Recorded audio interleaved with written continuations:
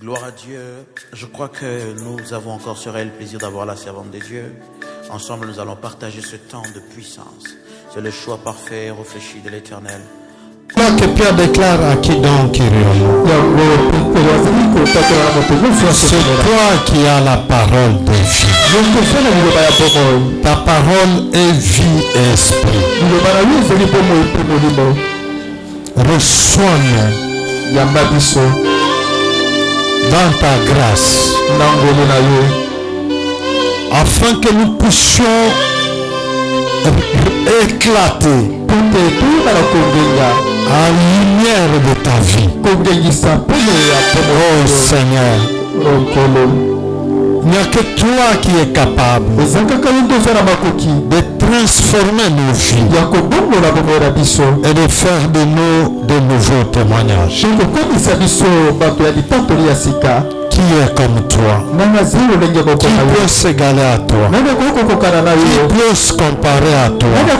Dans le ciel, sur la terre, sur le sol, il n'y a personne. Il n'y a que toi qui mérite l'honneur, qui mérite la louange, qui mérite la gloire, qui mérite les acclamations et les cris de joie de ton peuple. Est-ce que tu peux encore dire Amen très fort? Amen.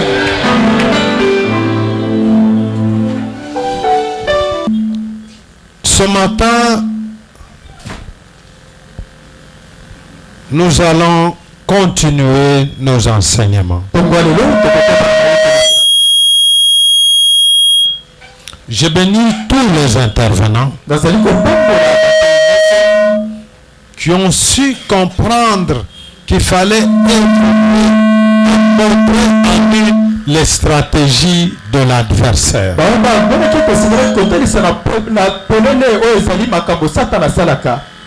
Tant que nous connaîtrons ces stratégies, nous saurons aussi comment nous comporter pour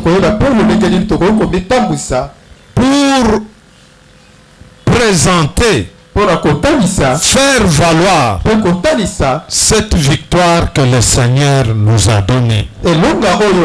Oh, c'est pour ça que j'aime sa parole.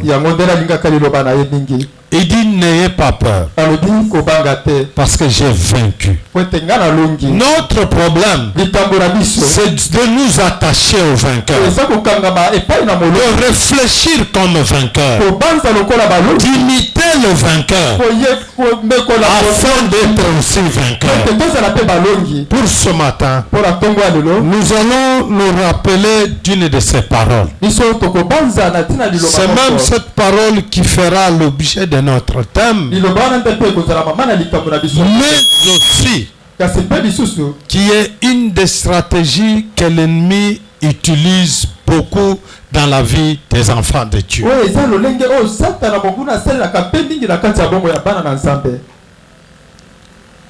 Pour comprendre cette écriture, ou pour mieux comprendre ce thème, nous commencerons par Matthieu chapitre 23 verset 28, Genèse 3 13.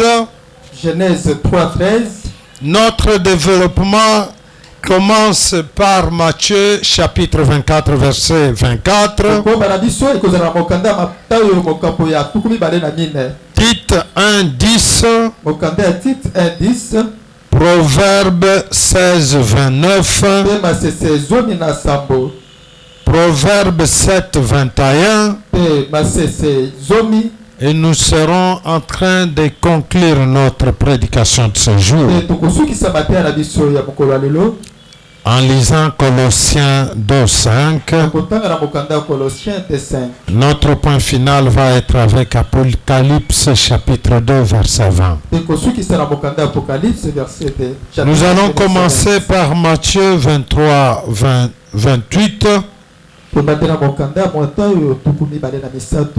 Que nous lisons pour la gloire de notre Dieu.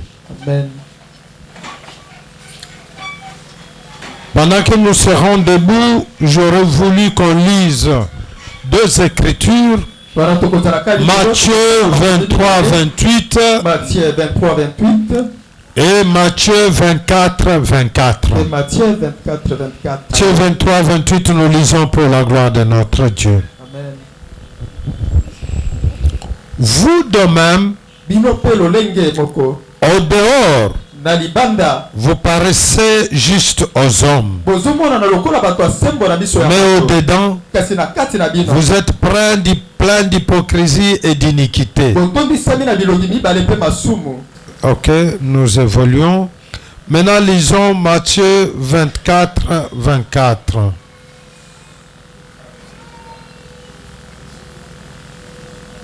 Matthieu 24, 24.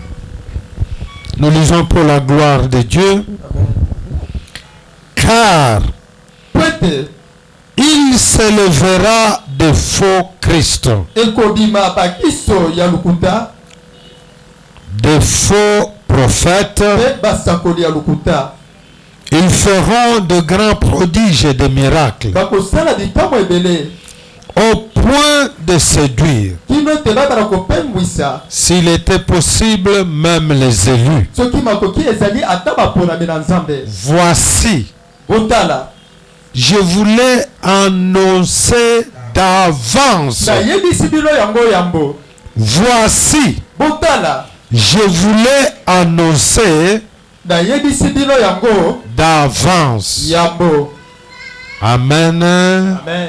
Est-ce que nous pouvons monter dans notre Amen très fort? Amen. Nous pouvons nous asseoir.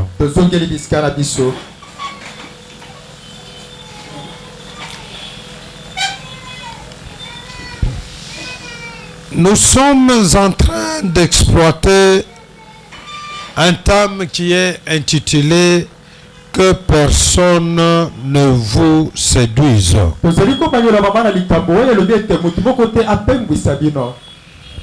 Je reprends « Que personne ne vous séduise ». Il y a un problème dans la vie des enfants de Dieu aujourd'hui.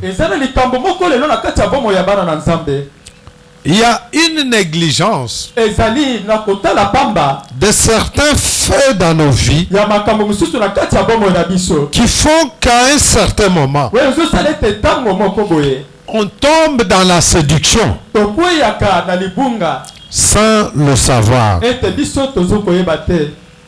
Je voudrais qu'on revienne sur cette écriture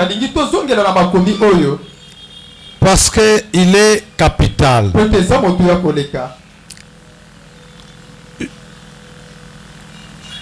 Il s'agit de Matthieu 23. Ici, avant d'arriver à cela, quand nous lisons toute l'écriture, au début de notre écriture, nous sommes en train de voir comment Christ est en train de sortir avec ses disciples. Mais pendant qu'il marchait avec ses disciples, la Bible nous dit que les disciples ont regardé aux constructions. Et là, ils ont vu une construction de temple.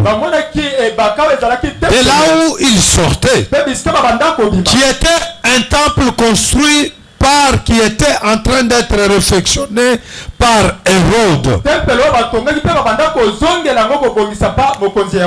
Hérode avait tellement embelli ce temple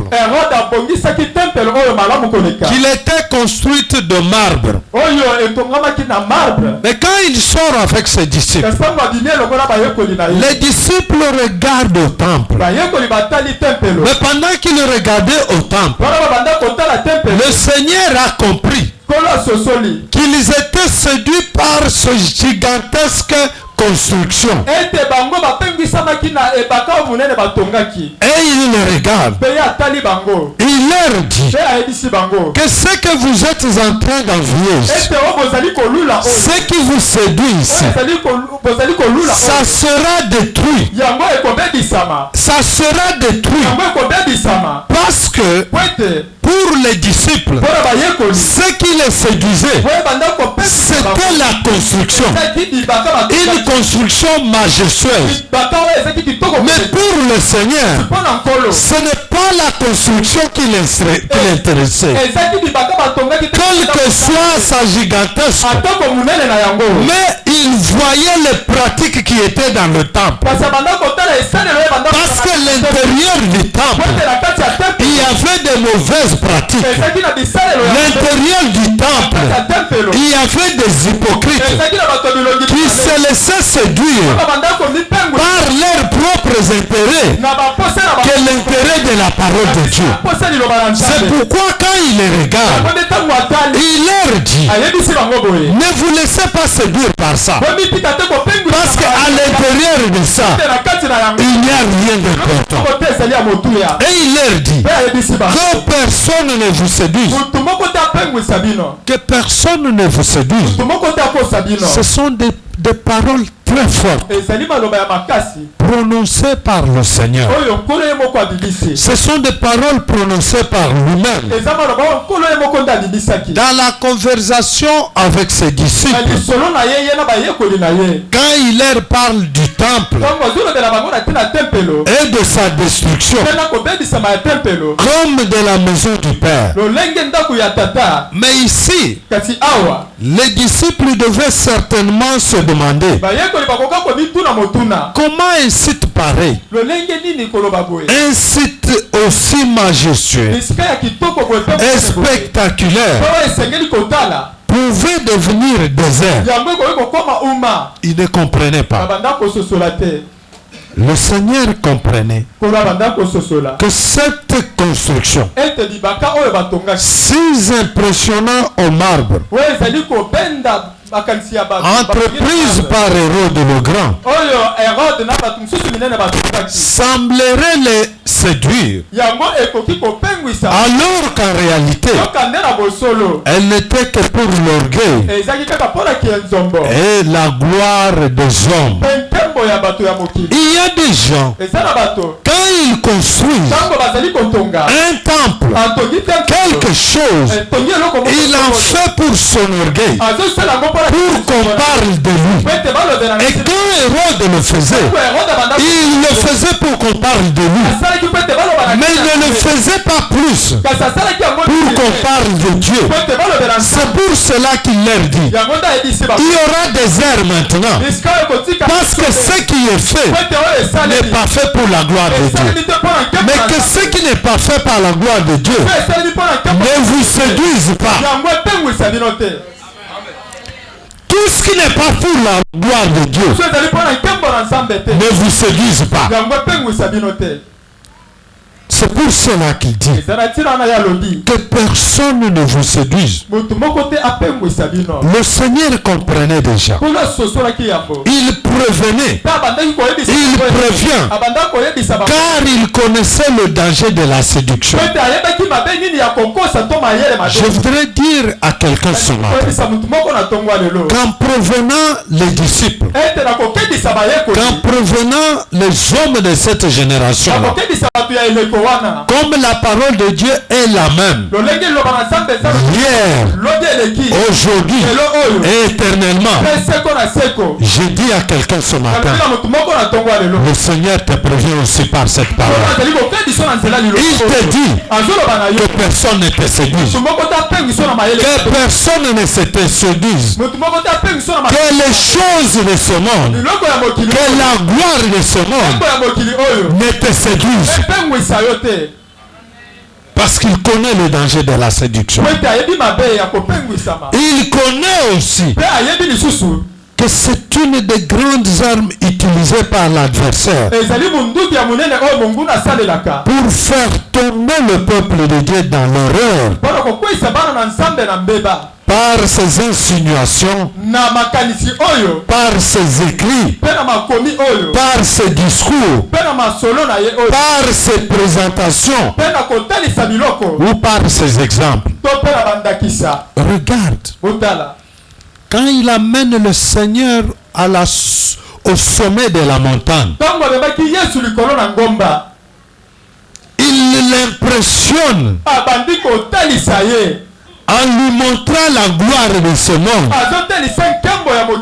Mais il avait oublié que celui qu'il veut impressionner, c'est lui-même le créateur de ce qui fait la gloire.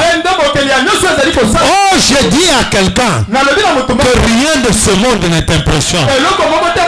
Tout ce qui peut t'impressionner, c'est la gloire de Dieu.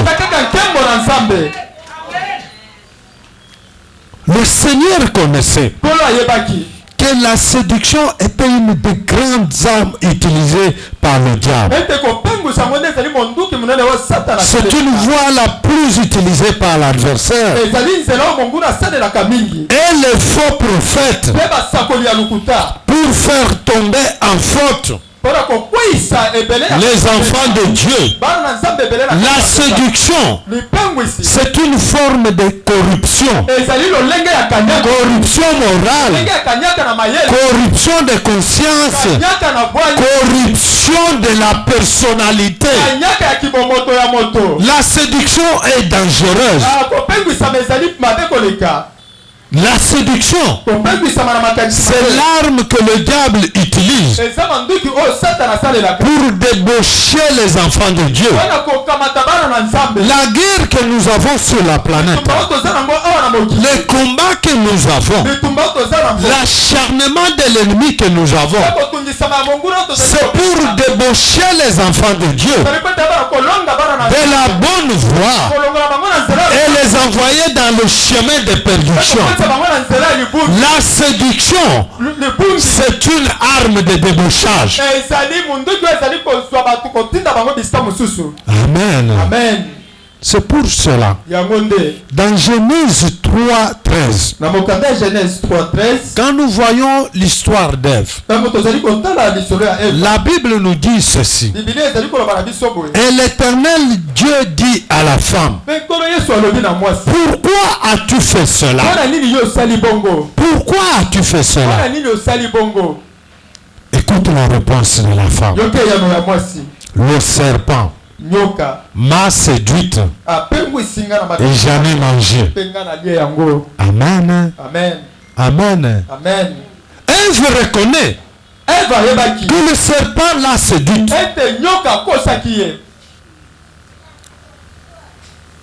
L'adversaire a pris la forme du serpent pour aller séduire Ève. Et Ève reconnaît cette séduction. Une séduction de bonnes paroles. Ève s'est laissée écouter les paroles qui étaient rusées du diable. Et au finish, ces paroles l'ont fait chuter. Mais les promesses qui étaient dans ces paroles, Ève ne les a pas vécues. Je dis à quelqu'un, tu peux écouter de bonnes paroles, mais au fond de la parole, toutes les promesses de la parole ne sont que des lettres mortes pour ta perdition. Ève s'attendait à vivre mieux. Mais quand il a appliqué les paroles qu'il avait séduites, il n'a plus vécu les promesses. Il n'y a que Dieu. Dans sa parole, il y a des promesses qui finissent par se réaliser. Mais une autre personne, quelle que soit la méthode qu'il utilise, en embellissant ses paroles, mais le fond des paroles n'est qu'un vide pour te détruire. Parce que la séduction, elle est utilisée pour te détourner du vrai chemin, pour t'écarter de ce qui est vrai. Amen. Amen. Amen. Amen. Il connaît que c'est une des grandes armes, comme je le disais, pour faire tomber dans l'erreur par insinuation, par ses écrits. Nous venons de voir ce qui s'est passé avec Ève. Mais je voudrais dire à quelqu'un, l'ampleur de la séduction est grave. À tel point que Christ préfère l'annoncer d'avance, en présentant la nouvelle forme que prendra cet adversaire visiteur. Qui est un visiteur naïo? Faites attention aux visiteurs. Vous ne savez pas quelle forme l'adversaire a pris. Dans cette forme, vous ne savez pas quelle méthode il va utiliser. Mais déjà le Seigneur savait que la séduction était grave. C'est pour cela quand il parle, il dit: je vous l'ai dit d'avance pour que vous preniez des précautions, pour que vous soyez prudents. Il n'y a pas partout où le Seigneur a insisté en disant: je vous l'ai dit d'avance. Mais pour la séduction, il dit: je vous l'ai dit d'avance, parce qu'elle est dangereuse, parce qu'elle vous donne l'air des bonnes paroles, des bons actes, des choses embellies. Mais au fond, si tu n'es pas prudent, c'est fait pour ta perdition. Mais je voudrais te dire aujourd'hui, ce n'est plus par le serpent que le séducteur passe aujourd'hui. La Bible dit, dans Matthieu 24, 24, le Seigneur dit: car il s'élèvera de faux Christ et de faux prophètes. Ils feront de grands prodiges et de miracles au point de séduire, s'il était possible, même les élus. Il dit: il s'élèvera. Aujourd'hui, les gens ne préfèrent plus la parole, mais ils préfèrent des prophéties. À quoi te sera bon la prophétie si en toi il n'y a pas la parole? Car la parole est la véritable prophétie.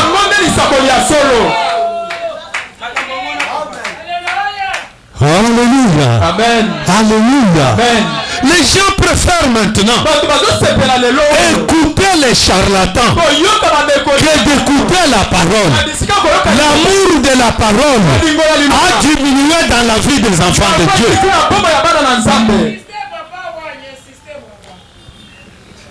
Là où on leur parle de fausseté, là où on leur fait de faux miracles, de faux prodiges, écoute, Moïse a vu comment les charlatans de Pharaon faisaient des miracles, de faux miracles, de faux signes et de faux prodiges. Mais je dis à quelqu'un, quand la parole de Dieu a agi dans Moïse, Dieu a élevé le véritable serpent de rein qui a avalé les autres serpents. Je dis à quelqu'un, la fausse prophétie est avalée par la véritable parole de Dieu. Peuple de Dieu, aimons la parole, que les faux signes et les faux prodiges. Car dans la parole, il y a de véritables signes, il y a de véritables prodiges. Alléluia. Jesus. Et dit: voici, Je voulais annoncer d'avance.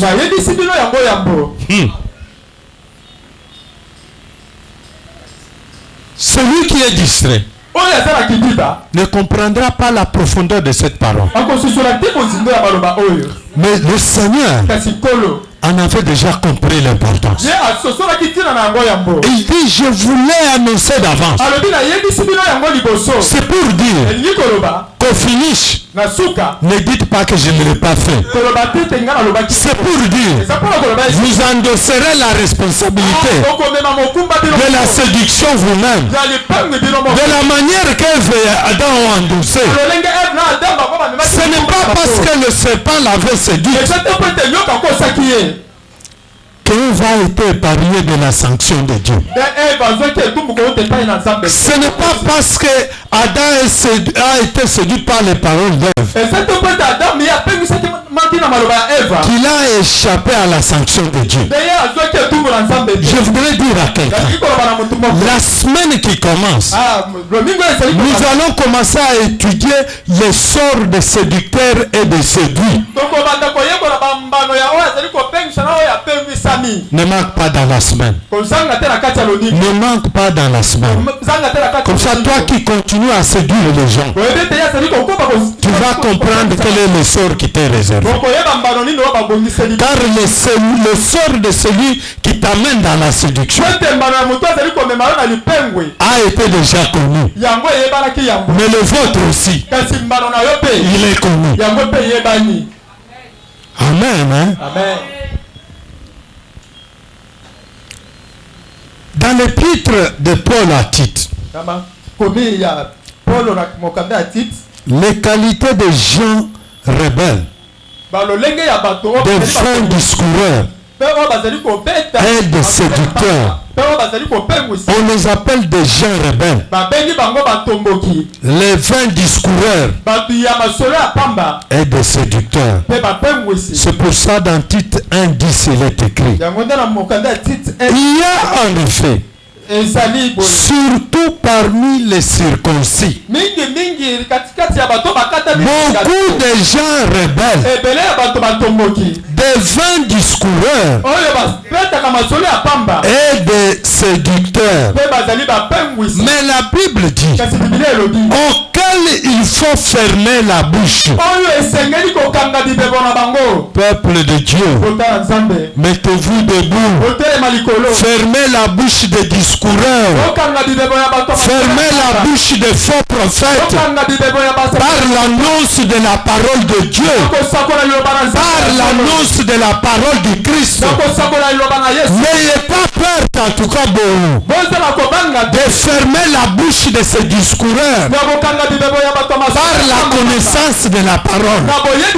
Parce que la Bible déclare, vous connaîtrez la vérité et la vérité vous affranchira. Et ils sont encore esclaves à cause de leur ignorance, à cause de leur aveuglement.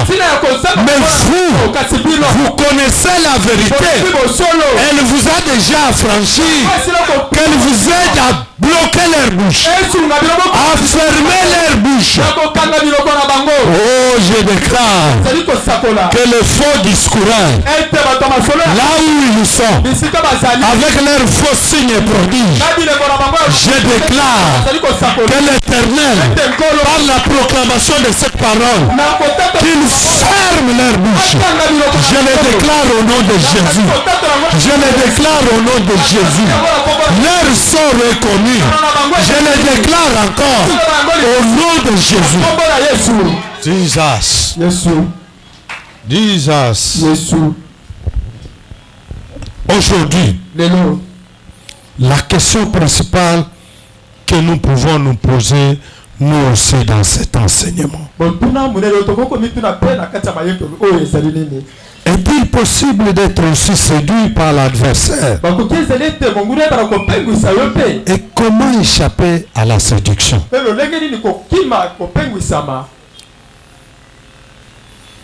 Est-il possible d'être séduit aujourd'hui? Oui, frère. Est-il possible?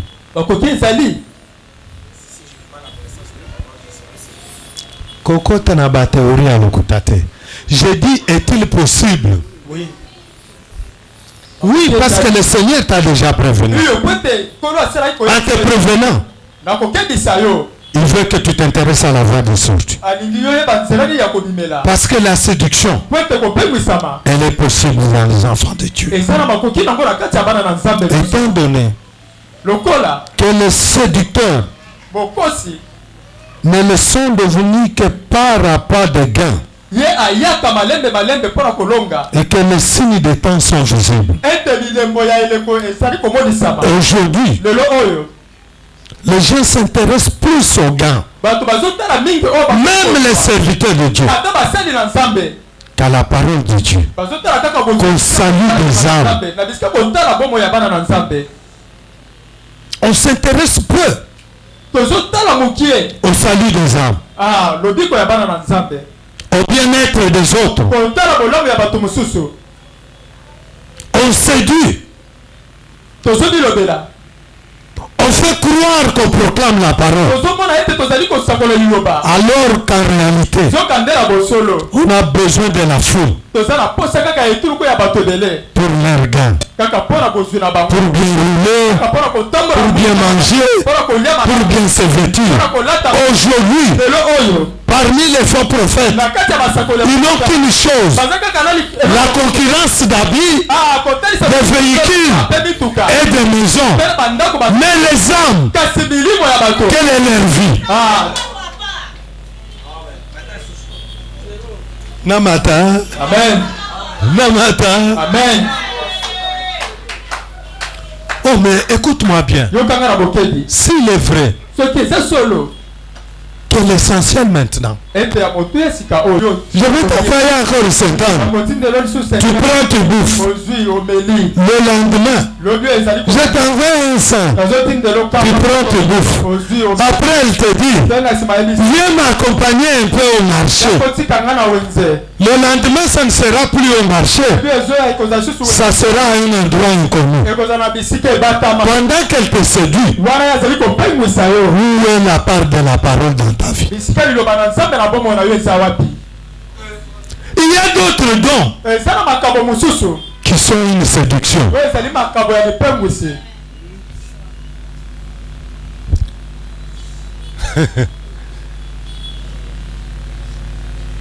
Les bons donateurs ne le sont pas pour la gloire de Dieu. Nombreux sont destructeurs de la vie des autres.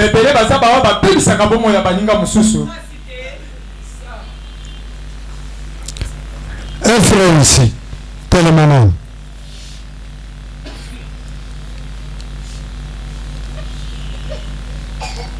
Ma soeur, comment tu vas? Je t'ai vu sur le parking. Tu as un MPSA? Je t'envoie 20. Merci frère. Le lendemain, je t'envoie 50. Merci frère. Après demain, ça. Merci frère.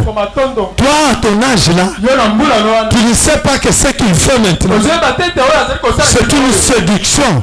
C'est un séducteur qui le fait par l'argent. Tu es incapable de connaître ça. Pendant que le séducteur avance petit à petit. Où est la parole? La Bible dit, il faut le faire fermer sa bouche. Il envoie la première fois, la deuxième fois, la troisième fois tu dis, mais frère, je ne t'ai pas demandé pourquoi tu continues à te faire souffrir. Pendant qu'il t'envoie ça, lui-même n'a même pas 50. Il a volé l'argent de son grand frère.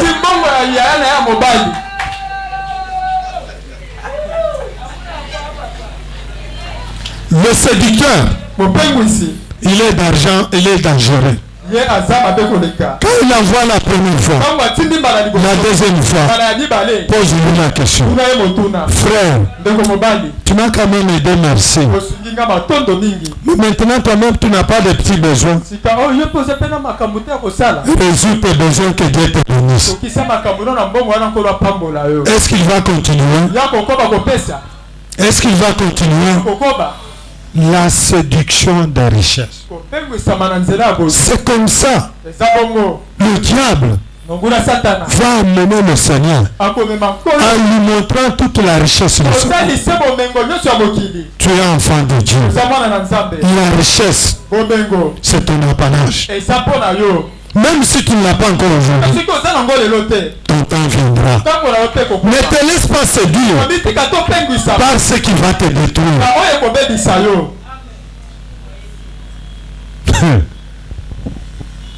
Autre voie de séduction. Parce que le temps presse, je n'ai pas donné le verset, mais je vais vous le donner. La séduction du regard.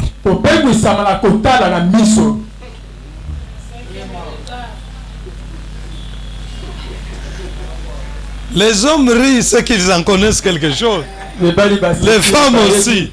Frère, ma soeur, frère, tu en connais quelque chose aussi. Oui, bien, le frère dit oui. Dis-moi un peu. Toi, tu es une femme. Mariée ou pas?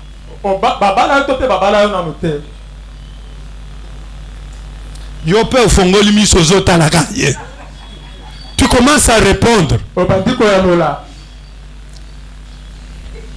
Ah, les filles, c'est rire.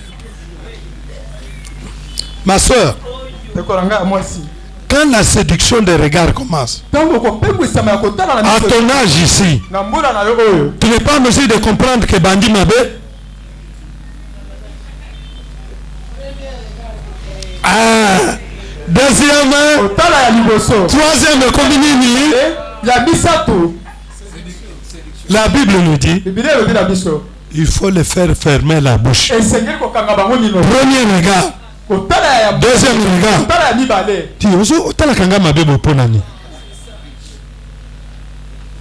Il n'y a pas que les femmes, même les hommes. Si tu vois la femme, premier regard. Deuxième regard. Au troisième regard, ma soeur vient. Je ne veux pas, parce qu'il y a la séduction de regard. Amen. Hein? Amen.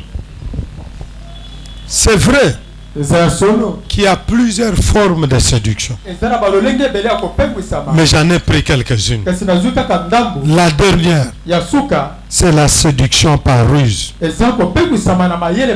par toucher. Frère Téléma, moi sinon Télém.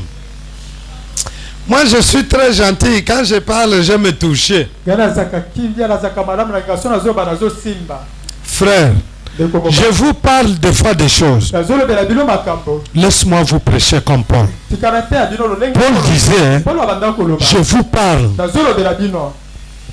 des choses inspirées, mais par lesquelles le Seigneur m'a passé pour l'expérience. Toi, tu es une femme mariée. Si je vais te parler, ma soeur, tu vas bien? Chaque jour, ma soeur, tu vas bien? Et ça touche. Ma soeur, tu vas bien?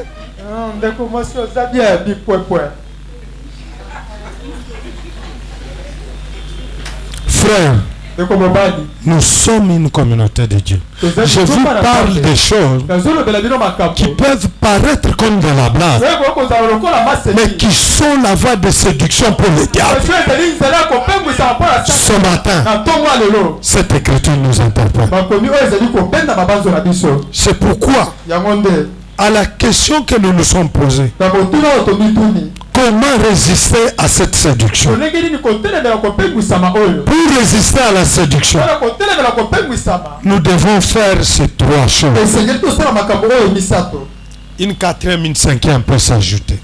Écoute ce que dit Colossiens 2:5.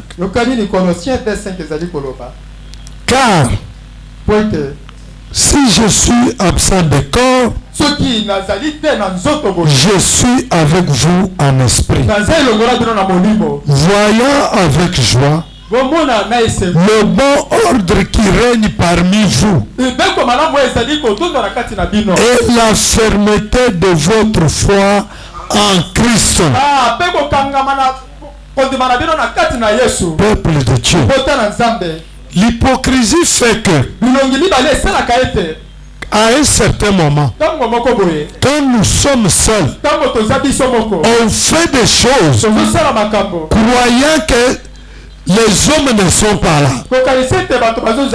Mais je voudrais dire à quelqu'un, pendant que nous faisons des choses dans les ténèbres, il y a une lumière qui vient du ciel, fixée sur nous et dénichant tout acte que nous posons.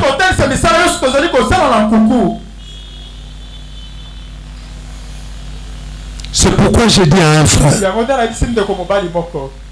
même si moi, pasteur, je ne suis pas là. Même si toi, ma femme, tu n'es pas là. Même si toi, mon mari, tu n'es pas là. Mais je fais des choses en marchant dans la fermeté, dans la foi en Christ. Marche dans la fermeté.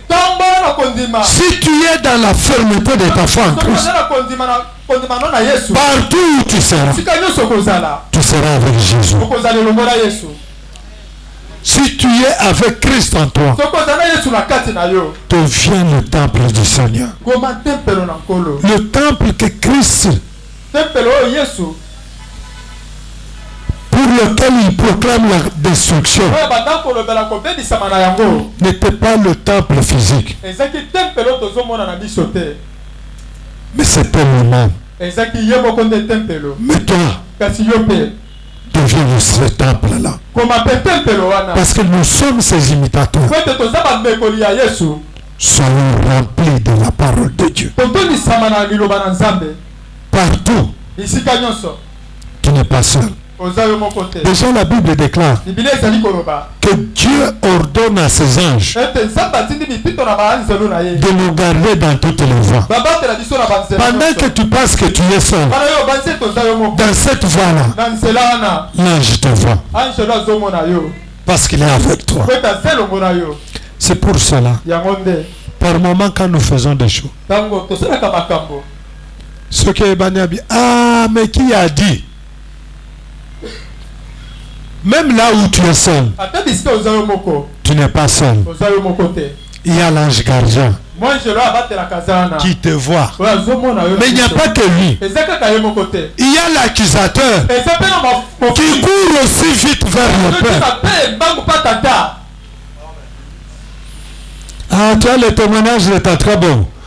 Mais je te dis, ta très bon là n'est pas honnête avec toi. S'il est encore un peu honnête, parce que tu le protèges en âge. Oh, je dis à quelqu'un, le diable peut t'accuser, mais ces accusations n'ont plus de fin. Gloire à Dieu. Je crois que nous avons encore sur elle le plaisir d'avoir la servante de Dieu. Ensemble, nous allons partager ce temps de puissance. C'est le choix parfait et réfléchi de l'Éternel.